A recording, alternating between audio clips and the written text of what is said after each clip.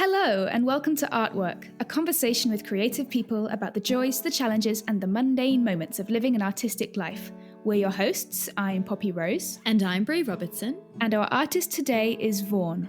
Vaughan is a singer-songwriter, producer, and poet based in East London. In this episode, Vaughan talks about what it's like being an artist in London and shares his advice on finding a manager. He also performs some of his incredible poetry and opens up about how writing music has been a way for him to process and express his journey of being a queer individual. Vaughan expresses himself so beautifully, so let's just dive in.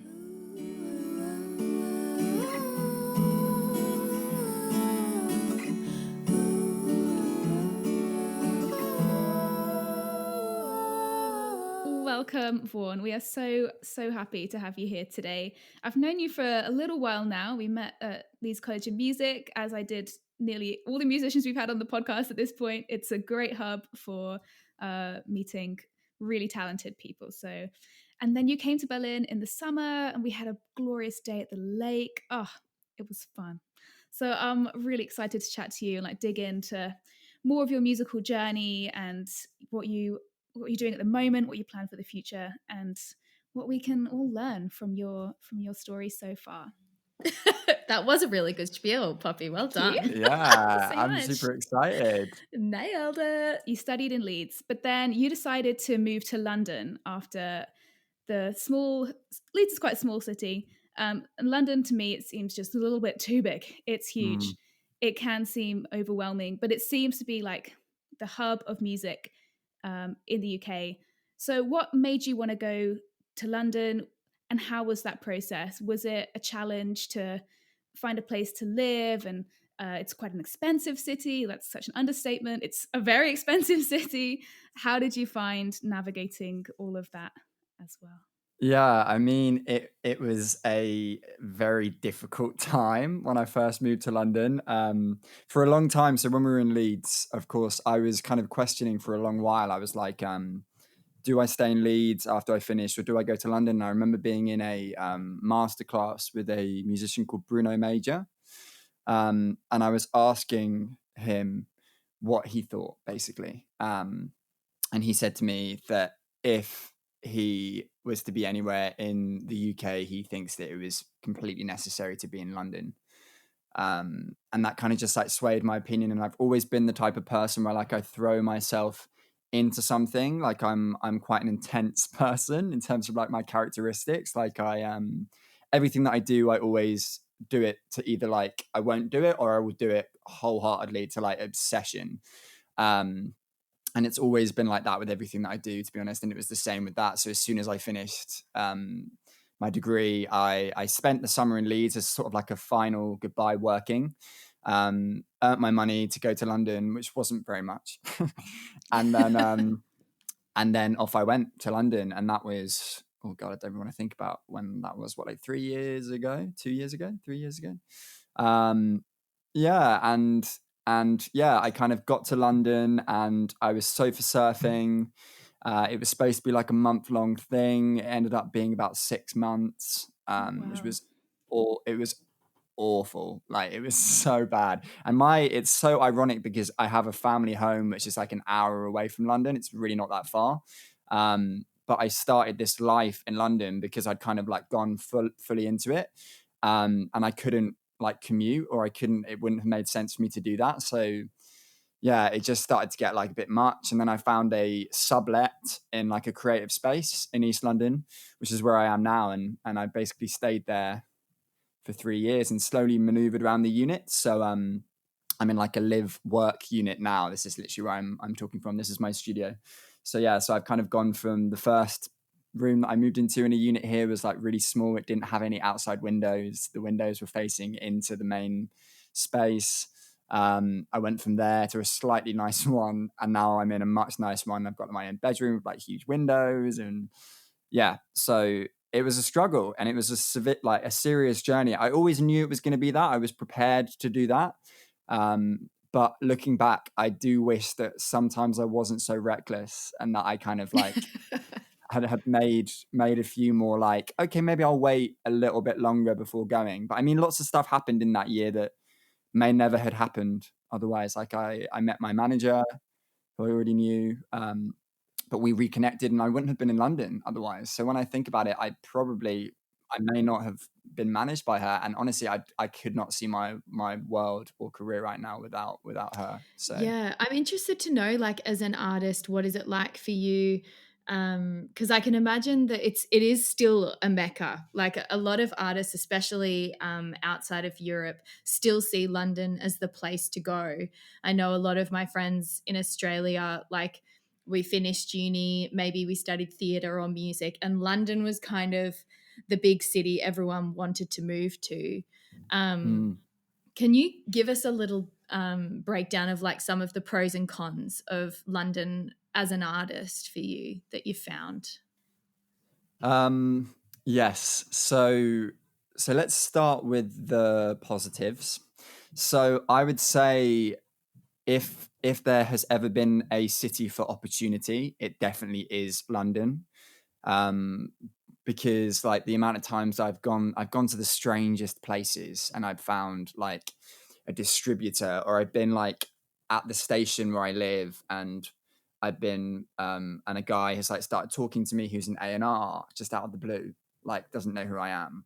Or like I meet artists every day, like just walking outside of my house. Or like when we had like events every week, there is something on every single night without falter for anything. Or you can go to a park, you can go to a bar, you can go to a restaurant that caters for every kind of food. You can meet somebody from everywhere around the world just by literally going from A to B. You can stay in one square mile and have everything you need, or you can go travel an hour to somewhere completely different and explore something that feels like a completely different town or village. It's I Mm. think the fact that it's like such a metropolis is it's incredible. It's such an amazing place. Like in the house that I live in, there's three of us from the UK, and those two also have Turkish background, and then everybody else in my house is international, and it's incredible. It's I have so many international friends from living in London, and it's just so I think that's one of the best things about this city is the fact that it has so much diversity. Um, and yeah, so that's definitely the pros. I think there's someone somewhere for every opportunity in London. Um, and then yeah, that I guess also another pro would be that like all of like the depending on kind of like what you want to do in music or in art, like the biggest sort of like publishing companies, and I guess like the biggest capital to invest in music is in London. So so that's also something that kind of like that was the driving force for me to come here, was to kind of get a base level of sort of like support to be able to do music full time. Um, and then from there split out and decide where I want to go and who I want to be, and where home really feels like. Because London can have that feeling of always being temporary. There's always people coming and there's always people going, Yeah. um, which isn't a bad thing. But there aren't very many people that are going to be here forever ever. Yeah. And Yeah, and then yeah, cons. I would say. I mean, it's just money, isn't it? Really, London can be the best city in the world if you're rich. Um, Mhm. but if you're not rich, it's hard. It is so Yeah. hard. And the only other good thing is that there are lots of opportunities for other employment opportunities, like as a musician teaching. I work on like schemes to perform in like hospitals and care homes. Cool. I do a lot of film and TV, and that stuff has all come from just like networks that I've made in London. Um, yeah, so it's the opportunity to find the money to support the lifestyle is possible, but you have to like really, I think, go at it like 120%. It has to be like, I think it can't be like a dawdle. Like if you're coming, it needs to be like full on pedal to the metal. Otherwise it's just you're gonna burn out, and you're gonna like there are times when it was so depressing to be here.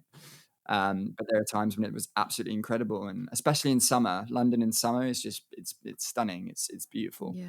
Um, but yeah, I think that's something that really gets me down is that it can sometimes feel like the grassroots artists and musicians are often very much left behind in their support.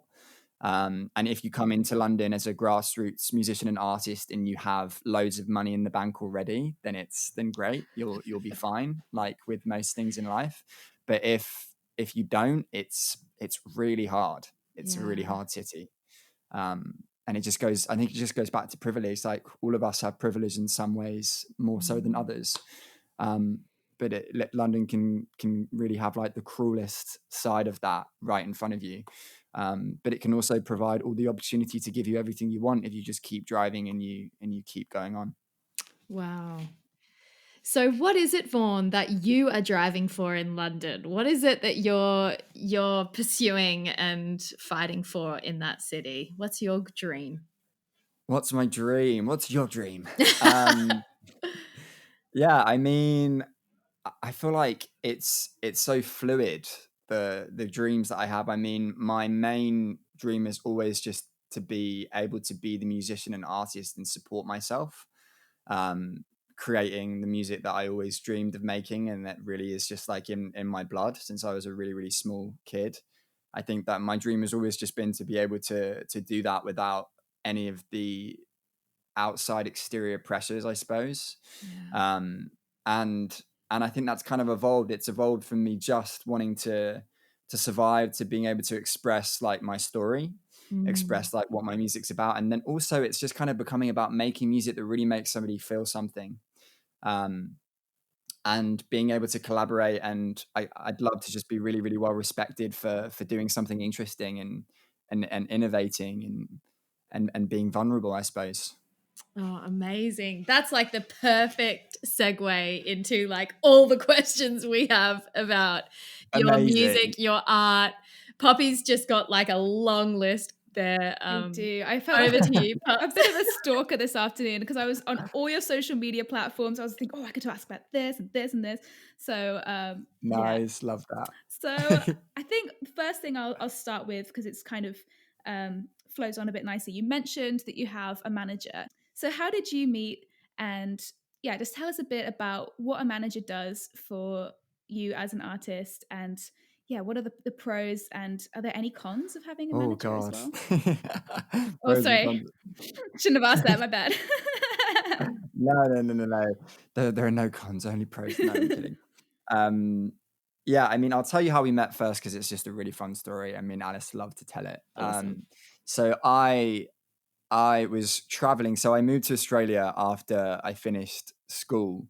As yeah, like my best mate basically had family out there, and so we just went out there again with not much money, as I always seem to go to cities with not much money. And I went to Sydney with not much money, and we were staying in this family house, and then we basically just started to like build a life for the year, and like get a job, and just earn money. But also we were just living this wild life where we were just kind of like there are no expectations of what we have to do, or like it's like this clean slate.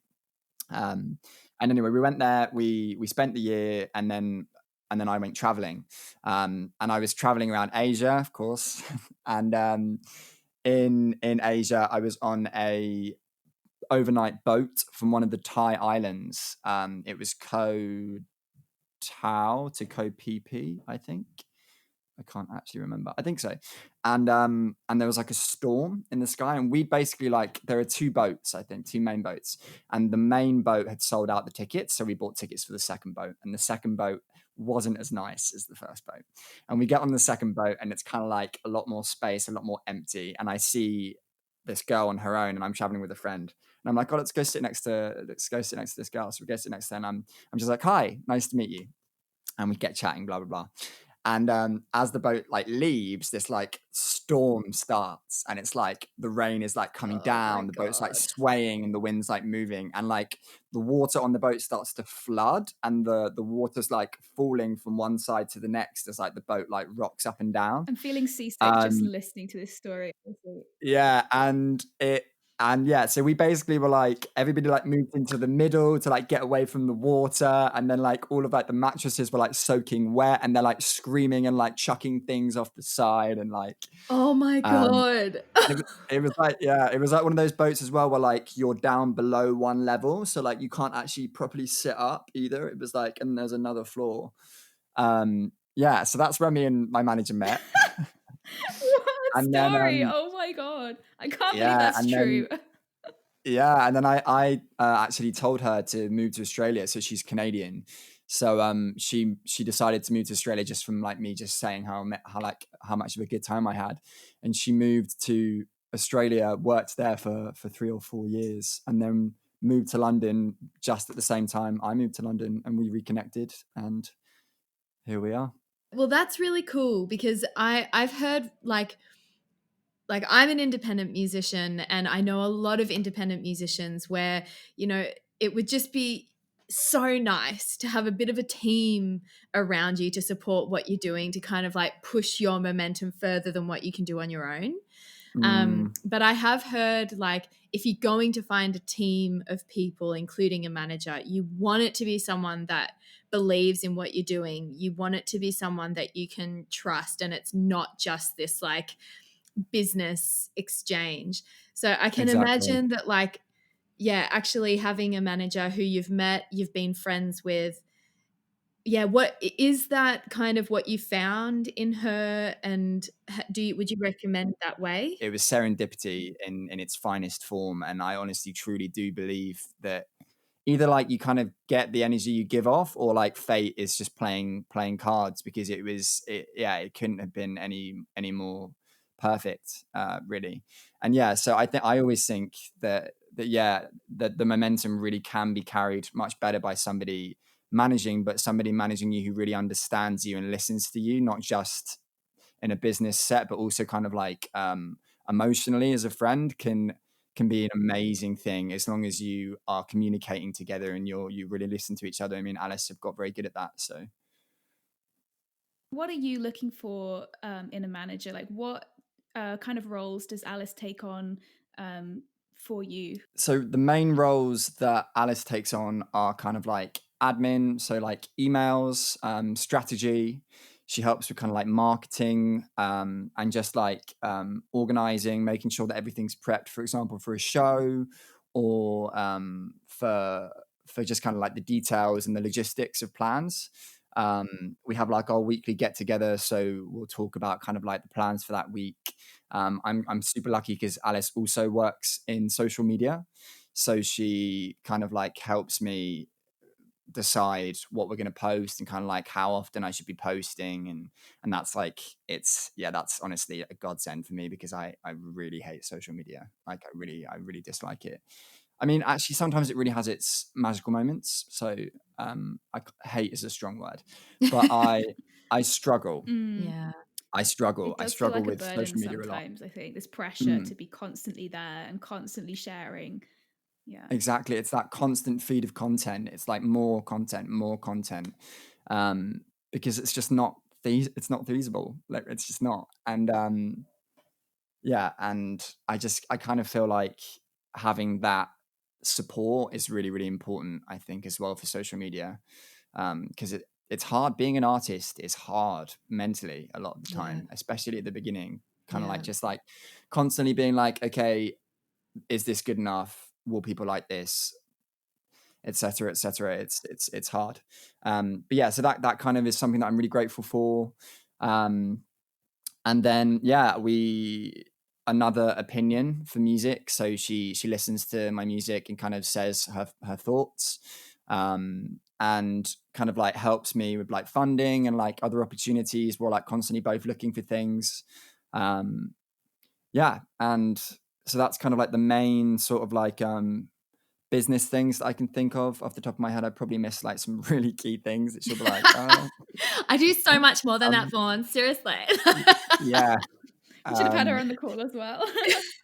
yeah, but she does so much for me, and I really am so grateful to have her. So That just yeah. sounds like such a dream to just have another person who is helping you with all of those like administration things that as an artist that I know for myself sometimes, because that that group of administration tasks and like things that you think you do have to do almost takes precedence sometimes over me just like giving myself time to create, because it Yeah, seems this so is it. much more urgent of like, well, if I don't have content to post, or if I, if I'm not like planning the release of my single and sending all these emails out, then it's all for nothing.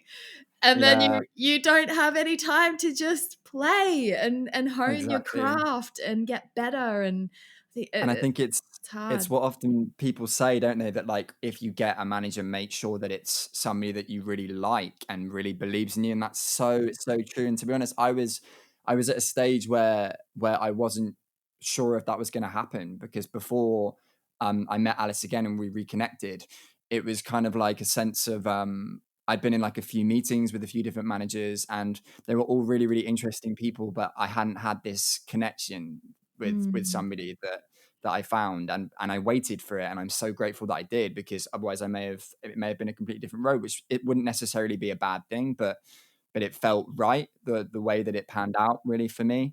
Um, and yeah, I think that just comes down to like the golden block is just make sure it's somebody that really truly believes in what your vision is and what you stand for as an artist. Like if what you stand for is like commercial pop bangers, then make sure that that person is in that world and they want that and they're here for that. Or if it's something like more like you're really telling a story, make sure that they understand that story and they hear you and they listen. Or if it's electronic music, make sure that they dance to it and they like it and it's their scene, right? It's all about playing your cards right and communicating, really, I'd say.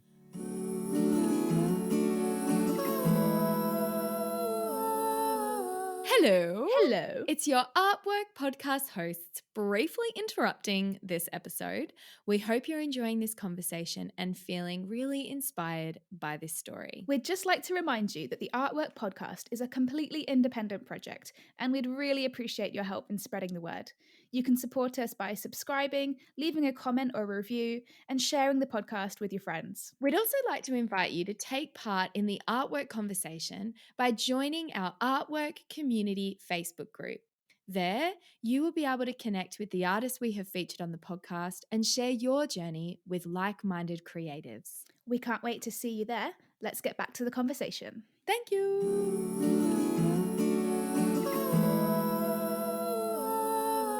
You talked about just before what your dream is of getting to the point where you're able to be like quite honest in the songs that you're writing and the story that you want to tell. And I'd love to hear like what story you're sharing through your music and why that's important to you. Sure. Yeah, so I guess a lot of my music comes from a sense of understanding myself, understanding like my place in the world and kind of like what I stood for growing up and what I believe in. And I'm a queer individual, and I channeled that through my music, but I try and do it in a way where it's almost like hidden in between the words. So like it's obvious what it's about, but you have to kind of dive deeper to truly understand the meaning. And it's kind of like, yeah, I mean it's a lot of different kinds of stories. It's a lot of like understanding my identity, understanding how my actions came out of my identity. I had a lot of addiction issues, and it's kind of how those shaped who I am now. Um, and yeah, it's kind of just like taking the bruises and like slowly like nursing them back to life through creativity.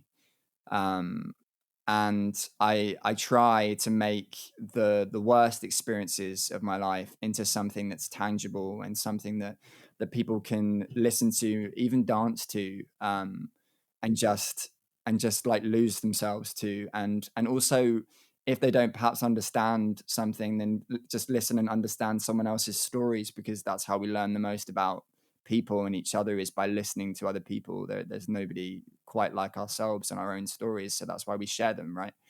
um and I think that it's so important to like listen to other people and to share stories and to collaborate, and yeah, that kind of just ties back to who I am, really, and how the world has shaped that.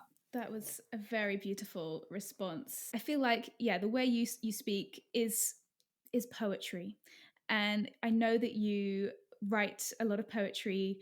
For instance, yesterday on your Instagram, you did this really, really fun challenge where you got people to type in a word or a theme. And then the first 10, you wrote a poem for that person to do with that theme. And I love that so much. It was so fascinating to read how that one word then came to this beautiful poem for us to read. Um, so yeah, I guess I'm interested to know lots of things, but I'll start with how did you get into poetry? Yeah, so with poetry, I mean, honestly, when I was at school, I was talking to somebody about this recently, actually. When I was at school, poetry was so dull to me. I found it so dull. And I think quite often a lot of those things that we learn can kind of be enshrouded by education that they don't feel inspiring. Yeah. And because even like I'm reading stuff like T.S. Eliot now, and I feel like I read that at school, and I was just like, I don't even want to look at this. I was just like, I don't even know who T.S. Eliot is, and I don't want to know who he is.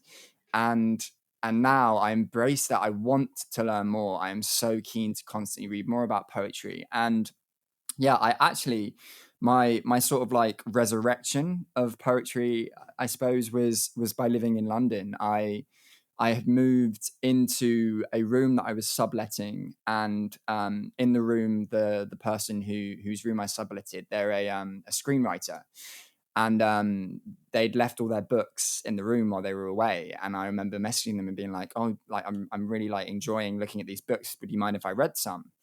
And he was like, "No, no, no, of course, like please go ahead."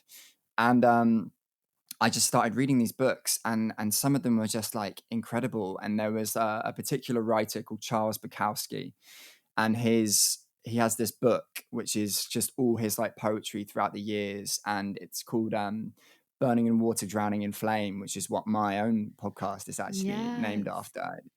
And all of the poetry in that book is about his alcoholism and him working like all of these like dead end jobs, and a lot of it is like honestly ridiculous. It's quite offensive actually, but it's he makes that like that downcast sadness and like complete degradation into something that's beautiful. There are moments where it's just like it's stunning, and it just gave me shivers. And I just remember reading it and just thinking, this is what poetry is to me. It's taking those experiences and creating these like canvases with words. It's about like Mm.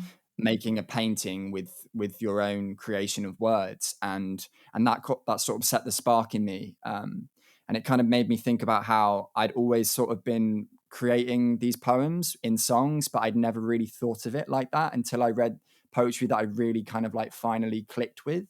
And that just set me on this journey. And from there on, I've been like kind of like what I said at the beginning, like I when I get into something, I get like really, really into it. And that was about 3 years ago. And since then, yeah, it's just been like I'm reading poetry all the time. I've got like I've written so much more poetry now that doesn't it's kind of separate, but I draw ideas. So the songs used to be just songs, and then I started writing poetry that was just poetry. And now when I'm writing a song, perhaps sometimes I'll be like, I'm not sure what to write here. So I go to where all my poetry is and I read through and I try and find lines that might work. And it's kind of starting to like join in. I haven't really fully connected those two mediums together wholeheartedly yet, but Mm. it's something that I definitely draw on and I engage with in separate ways. Um, but yeah, that was kind of like my story of poetry. It went from there, and then it's just now something that honestly I'm so obsessed with. Wow. And I think it was always there. But it went back to the education thing for me. Yeah. It was like poetry wasn't about expression for me. It was about examination. And that wasn't inspiring. And I look back on my school experience actually, and I think that about a lot of things. There are a lot of Yeah. things that I think I really could have found quite inspiring if they were presented to me in a different way. Mm. Um, and yeah, that's kind of where I'm at with the poetry. I guess like with what you're saying about the story yesterday, like kind of that idea as well is something that I've always drawn on, because that felt like the thing that I found so much luck in, was that like I can use the word. I'm so fortunate to be able to look at that word and create something. I feel so fortunate to be able to do that, because it really is such an amazing outlet to get my emotions out, especially sometimes when they're right at rock bottom. I was wondering, do you have any pieces of poetry that you would like to share with us right now on the podcast and read them Yeah, for for us? sure. Oh my God, Definitely. amazing. I was worried you're going to be like, no, so I'm glad. I'm not prepared. Yeah. I'm so used to the spot stuff now, so it's okay. I might read some of the stuff that I wrote yesterday because it's quite Yeah. Yeah, fresh. because that is a really, really cool concept, to actually invite your followers to participate in your process. That's really cool. Yeah, it's just something that we just did a while ago, and people seem to really engage with it. And yeah, I actually for Christmas I wrote each member of my team a personalized poem, Oh, and that is sent it to them. magic. Which was really nice. I really enjoyed doing that. Okay, so let's start with this one. So somebody gave me the word chemicals. So this is the one I came up with. Okay. Scatter the words like seeds on a bonfire. This irrational hatred, a cyclic day and its wrongs. The empty bowl, the broken song. The chemicals intoxicate the demons. I wish that it had meaning, but I simply forgot to take my sertraline. Mm. Gosh. What is it like when you look at a word? Does that word, like, are you immediately inspired with an idea, or is it kind of like, what's the process for you? Do you see something visual in your mind, or do you kind of really have to like break it down, like chemicals? What am I thinking about chemicals? Blah blah blah blah. How does it So it flow? normally goes with narrative. Because we often do this. I do live streams. I mean, I was doing a lot of live streams last year, and something that I normally do is we also do a song on the spot. So like I'll live stream and I'll ask somebody for a word, they give me a word, and then I'll make up a song on the spot. Wow. Um, and that it ties into the same lane really. It kind of feels like I have a little bit more time with the poetry, which is obviously a little bit less stressful than like doing Yeah. a song on the spot. But yeah, it just all comes down to narrative. So I just have to take a moment to think about where that narrative lies, where I start and where I finish, or if it's not a narrative that I'm creating, how that narrative can draw out of my own sort of like personal psyche. Um, and that's normally where I go. So like with that one, the word was chemical. That was the last one I did actually, and I just straight away thought, when I think about chemicals, I think about how my brain responds to its ups and downs. And sertraline is the antidepressant that I take. Mm. And if I don't take sertraline, that's what happens. It's like my brain is scattered, and the smallest things feel so detrimental to me. I'll like get really upset about absolutely nothing, and that's kind of what I drew on. I just drew on that irrational hatred of myself, a cyclic day and its wrongs, a constant feeling of never ending, never getting through that day. And that's what I drew on for that one. Oh, Yeah. incredible. Thank you so Yeah, much for Is sharing there that. another one? Can we have Yeah, one is more? there any more? yeah, of Do it. course. Yeah. Do you want another one from yesterday, or kind of one that I wrote a while ago? It's up to you. Whatever you I'm feel. totally happy with either. Mm. Yeah, like this one. Okay, so this one is kind of like quite Charles Bukowski-esque. So I haven't actually read this one out before, so I'm not sure whether it's like a bit too much, but yeah. Mm. Okay, yeah, let's try it. Why not? So, I want to drink. I want to slobber with intoxication, to be sick on my mood. And as the ambulance is called, I am laid with purple cheeks onto the warm body of a stretcher, happy enough to have lay with anyone. I want to get high again with my imaginary friends who fill the void with something even more poisonous. And I'm running down midnight roads, lost, hoping I could run forever. But I wish the smoke now. I could ask him for a lighter and feel a part of something and laugh as it burns me up from the inside. Blind to something I can't feel, but at least then I wouldn't have to keep to rules. At most, I might have solace in a moment, and I suppose staying alive is better than death. Thank you so much for sharing that. Wow.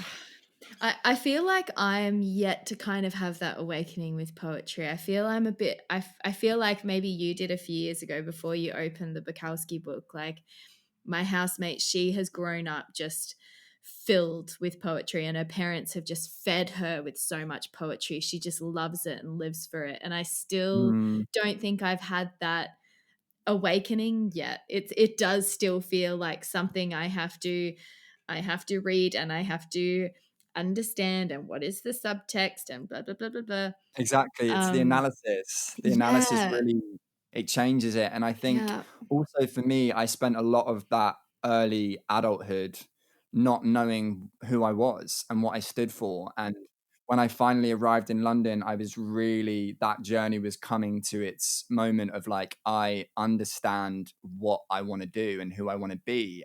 yeah. And that really tied in with resonating with the words, because the poetry that I was then reading and that I found, which again felt like a very serendipitous moment, Mm, the poetry that I was reading really inspired my own story. And I think that's what it's about. It's about finding the poetry that means something to you. Like for me, it was reading that poetry that takes an incredibly sad, shameful experience and makes it comical, or makes it beautiful. That for me was what started that spark. And then I just started going down this road, and now I'm just on this road, and I can't really get off it, to be honest, oh, which it's is so great. it is great. It is great. Mm, It's so great to be able to take something that we might feel ashamed about, or something that feels like a real awful low point in our lives, and make something. I mean, it's what we want to do as artists. I think at our very core is like take the struggles, the frustrations, the anger, the hatred, the love, the joy, like all the bits that's going on inside of us, and turn it into something that others can connect with and others can draw from. And yeah, it's just so cool that you found your way to do that through poetry. I think, yeah, You're and it's inspiring me to maybe read some poetry. good. I mean, I can 100% try and recommend some stuff for Please, sure. I would love Yeah, that. yeah. And yeah, I just think it's definitely just doing some research as to what you want to what you want to get from a poem or from Yeah. a poet themselves, because that's the thing that really, really interests me. Like finding, like I found like some amazing poets like that all tie into each other's worlds. Like when you talk about like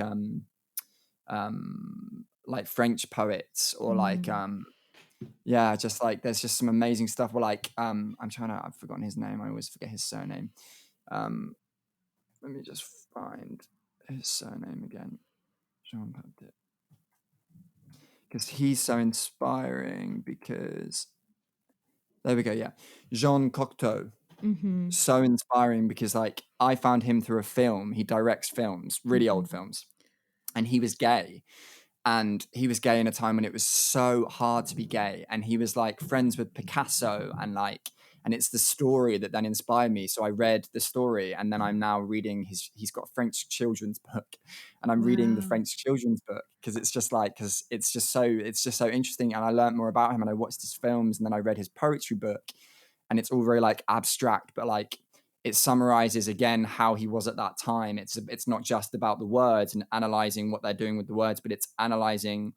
You can't necessarily analyze a feeling. It's not there to be analyzed. It's there to create, to share. It's there to share Yeah. another feeling. Yeah. And it goes back to like the clinical parts of what we make things, which don't need to be clinical. They Yeah. need to just inspire feelings, I think. Yes. Yes. Have you ever Oh. performed your poetry?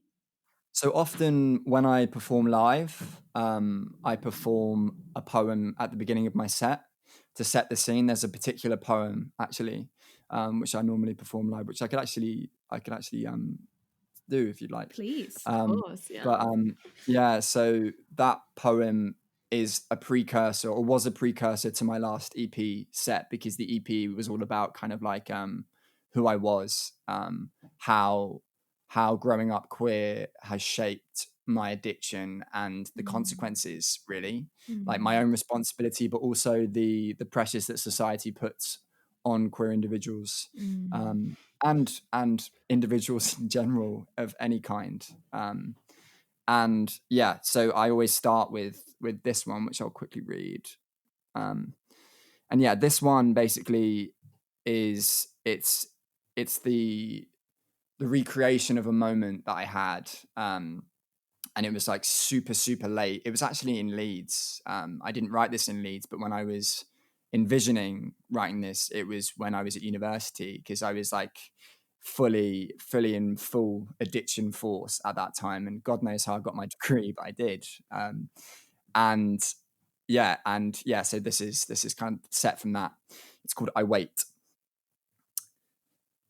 I stare down at my shaking hand and grasp it with the other, considering each trip of my heartbeat, knowing that all I need is for it to be played in time. I resemble every story I have read in this room as they are sitting around me, all so different, yet so imperfectly the same. We are happy to be naked, yet our feelings always must be clothed. I ignore the flashes of a mother calling. How could she comprehend how I am lonely even when my body is stroked, tossed, turned, and bent? I count to 100 before clocking in with the chit-chat of these strangers.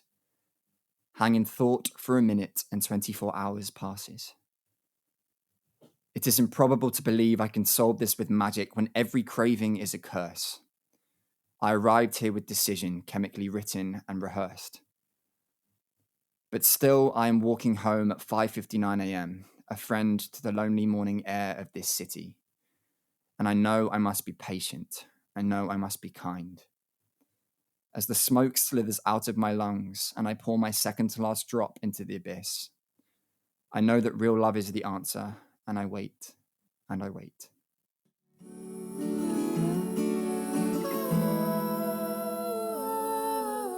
Do you see yourself as an ambassador for your community, or do you feel like you want to share stories from your community with the world, or what's your yeah, I don't even really know how to articulate the question, but Yeah, do you know what I completely know what you mean. Yeah, I think I definitely want to share my own story. I think, like I said, everyone's story is so unique, and that's something that I'm learning, is that I have so much to learn. I have so much to learn from so many amazing individuals that I've met. That I think it's hard to be an ambassador for the whole queer community, because the queer community is so vast in its Yeah, experiences that I couldn't speak for so many people. yeah, But what I can speak for is what I've experienced on my own, and how those experiences were shaped by identifying as queer. And so I think I definitely can be an ambassador for that story, yeah, and yeah. helping other people to live their own stories and tell their own stories. I think that's definitely where I see myself sitting. And I can definitely see myself wanting to lead the way at being brave with those stories, because a lot of them are very difficult to talk about or are shunned by society. Yeah. And yeah, I think it's something that I didn't even know I was kind of going to be doing, I guess. I just wanted to Wow. be honest. I wanted to be honest with myself. Yeah. Um, and the most honest way to be true to myself, I felt, was to write music about it. And I don't have any shame anymore. I used to have a lot. I don't Mm. have any shame anymore, and that used to stop me from writing music. It used to be like, the music that I'm writing now, it used to be like, I can't write this, people won't want to listen to it, or these preconceptions about how anybody would view my music or view me. And I'm not like that anymore. I've realized that telling the truth and being honest and just sharing what I believe in will resonate with people, and it has. And I've had some really warming messages from people who have told me that me sharing my story has helped them to be able to express theirs. Wow. And that was never the aim. That was never the Yeah. aim. The aim was just to create music to share a feeling, I guess. And now it really is, again, just what I think what music and art comes back to is often art is born out of suffering, um, and it becomes something beautiful, and you can, or it comes out of something magical and something upbeat. And for me, I think I just wanted to try and just really explain who I am. I'm kind of waffling a bit now, but I just kind of wanted to explain kind of like how that story became better, how I went from the dark to the light, and to a place of comfort. Because there was a time when I didn't think that I was going to make it out. To be honest, I was quite worried about it. Yeah. There have been some really, really low times, and music is like one of the only things that has kept me truly sane and alive, and I'm so grateful for that. Yes. And that kind of ties into sharing my story, because it really it comes from that identity and being queer.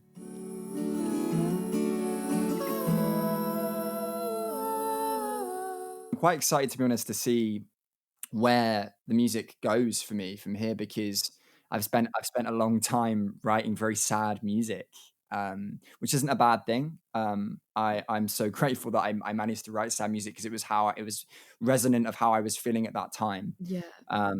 But I'm writing a lot of upbeat music. It's still not like necessarily happy. I still have a lot of resentment at the world and me sometimes, but it's a lot more like it makes you want to move. And I love to dance. I absolutely love to dance, and the music that I seem to be making now is really drawing on that feeling of taking those experiences but lifting them into something else, up into the stratosphere. And yeah, so I'm excited to see what happens next with it, really. Yeah, us too. And yeah, I kind of wanted to mention the video for Bit Crushed, where you are dancing along that bridge, which I'm assuming is in London.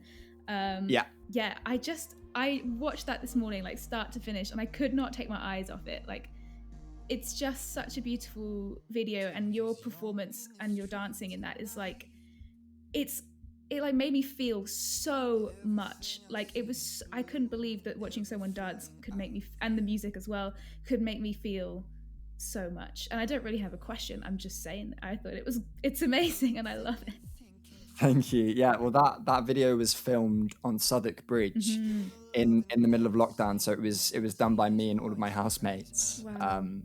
Yeah, so there was three of us, and we went at like 4 a.m. in the morning, and the sun was just like rising over the bridge, and it was empty. There was nobody around, and yeah, we just like, I just ran across the bridge, and like all of that stuff was, again, it was just kind of like, sometimes it's just important to just let your body do what it wants to do. Here it goes. If we let the sex ignite, but we still want the magic light, but I want love with all its might.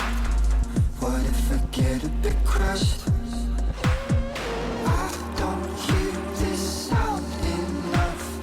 If we only ever plug, but I like how you ate me up. How I gotta be crushed. How I gotta be crushed. That song is all about being crushed by somebody that you have an emotional attachment to, and how you can't escape it. And I think it goes back to a lot of people's experiences on that. You fall for somebody, and no matter how kind of like they ignore you, or they take away anything from you, you still keep craving more. And that video is an example of that. It's about enjoying the suffering of love. And that video is, yeah, it was me just running and screaming and flying my arms around, and like pushing my leg around, and like there was even a moment where I really wanted to get onto the side of the bridge, and I didn't, and I kind of wish I had, but I also could have fallen in, and that really would not have been okay. So Yeah, when I saw that, I was like, yeah. oh my God, is he gonna like stand on that? I was afraid. I'm glad you So that was didn't. it. I like get on the side and I like lean over with my arms like this. Mhm. And then I'm like there for a while because it's my head being like, should you stand up? Should you stand up? And then it's like, no. and I go back. Yeah, which is a shame. Oh, I can't wait to watch it. I need to go watch it after Yeah. this. Yeah, I think it, like you said about like letting your body just feel, but I think there's often such a block there between I found for myself anyway, between my feelings and expressing through my body. I think it's growing up feeling uncomfortable in my body and just not getting familiar with myself because I was afraid of looking at myself. And I think it's really I'm so much better now and so much freer with moving. And I actually once a week I do a little free intuitive dance Zoom call where it's great because I can just turn the camera off and it's no one has to see, but it's that space for for you to dance. And I just think that's such a powerful way of expressing your emotions and getting through those emotions. Um, do you have any tips of like breaking down that barrier and allowing your body to move how you feel? So I think I definitely find that it's about letting go, and letting go is the hardest part quite often. Mm. But it's about really letting go of all expectations of how you have to be, how you have to look, how you have to sound. Um, and and that's really where it comes down to. It's like everyone has that feeling of listening to a song and really wanting to dance. I don't think anybody can pretend that they have not had that feeling, because I think every human being has had Mm-hmm. that feeling, Yeah. even if they were super super young and Yeah. they didn't, and they said that they didn't. There is a moment where the body just wants to move, and it's you just have to let it. And I think it is really hard because society, again, like the expectations of how we have to look, it's hard. And I'm quite lucky in the sense that I've been dancing since I was really young. So I was doing dance lessons from a super super young age, but I have lots of friends that have never done that. Yeah. And it's about, I think, letting your guard down. I think that starts with ourselves before it starts with anybody else. um and it's just that understanding that actually we're dancing for ourselves. We're not dancing for the world, and we're not dancing for the spectators. We're dancing because it's going to make us feel good, and it shouldn't make anybody else feel good until we feel good doing it. Um and yeah, and I think that's just, for me, again, it ties into the times when I've heard a song, like just a really beautiful song. Because for me, I mean, I love all types of dance, but the dance that really like gets it is contemporary dance, because it's about riding the feeling. Um and I just really love listening to a song and just like, again, just moving around the room and like moving my body and just letting my body take me.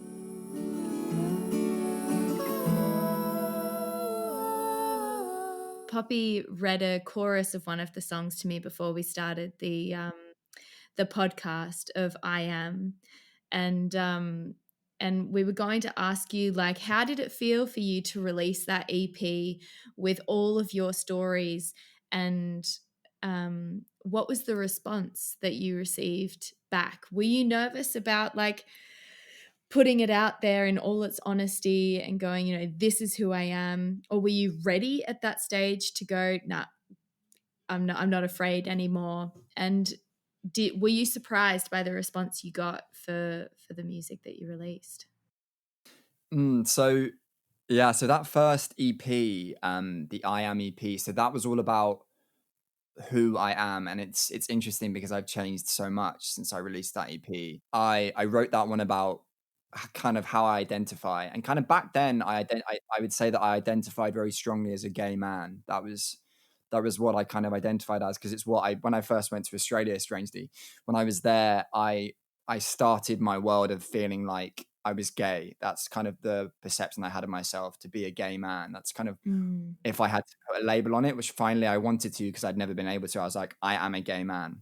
Mm-hmm. And then, like, having then finished that year and kind of like been traveling and started to get myself to know myself more, and go to uni and like meet more like-minded people, I start to think about how the fluidity of what being queer means actually starts to feel like more of an identity for me. And that EP is still about learning to love who you are, no matter kind of how the external world feels. If it feels rugged and it doesn't feel right and it doesn't fit your skin, that kind of was what it was about. But yeah, it's interesting to see how I've kind of like grown from those experiences. But I look back at them for sure with fond eyes, because it's the growth and it's where you start and where you get to. And So I said, I am who I am. I can love a man or a woman. I can live a life I couldn't. I look at the world going fast at last, walking on glass. You don't have to tiptoe over. Drop a bit of weight from your shoulders. I flow through the years to find that I am who I am. And that EP evolved into I Was. So the I Was story is how my identity, the consequences of sort of like mishandling my identity, I guess, and learning to cope with the hatred for myself, I suppose. The I Was EP was, but both of them I'm really happy with how they were received. Like the I Am EP got a lot of like really cool press. Some of the songs were in Neighbours. There was one episode and it was like a trans storyline, transgender storyline, and the song was like soundtracking that, and I was like, this is awesome. Wow. And then I also had like an article in Attitude magazine, which was all about my addiction for this EP. And Attitude magazine's like the Europe's biggest LGBTQ plus magazine, so that was awesome and quite scary, to be honest. But yeah, and I'm just grateful that I got those truths out, and those stories are out, and I was fully sort of like heart on the floor, heart on my sleeve, honest about it. And yeah, I'm just interested to see the direction that I want to take it now. I've written so much new music already that's kind of like a lot of it is nearly ready to go. So it's just like working out now like what fits the narrative and where I want to take this artistry next. I Am and I Was. I think that's such a cool project of like 2 parts. Even just talking about it now, really it felt like closure, and it feels as though what's coming next is finally a sense of me feeling more freedom, really. I feel a lot more free than I used to feel. That is really exciting. It's exciting to see where that freedom's going to take me.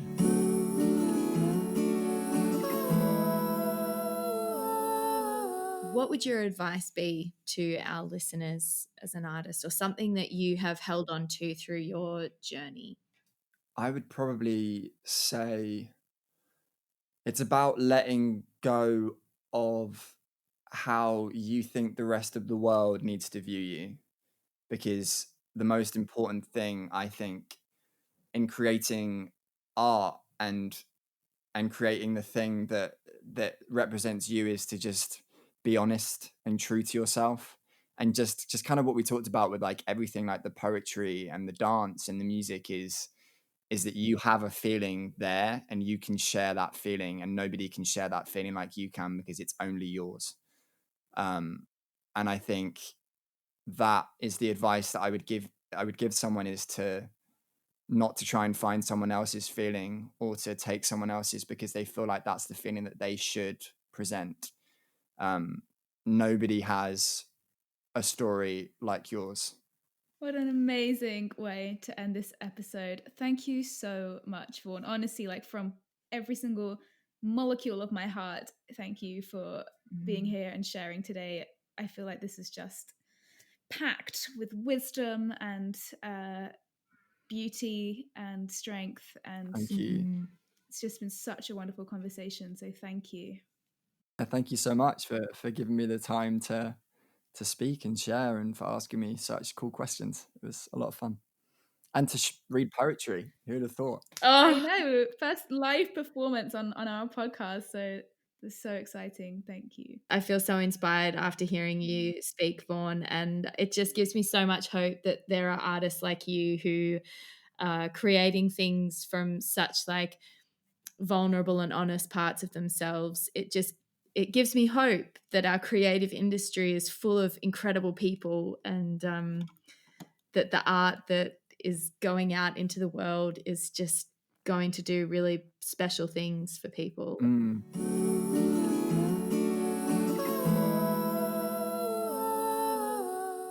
Thank you so much for listening to today's episode. If you'd like to be a part of the artwork conversation, we would love to invite you to join our Artwork Community Facebook group, where you can connect with the artists we featured on the podcast and share your journey with a like-minded community.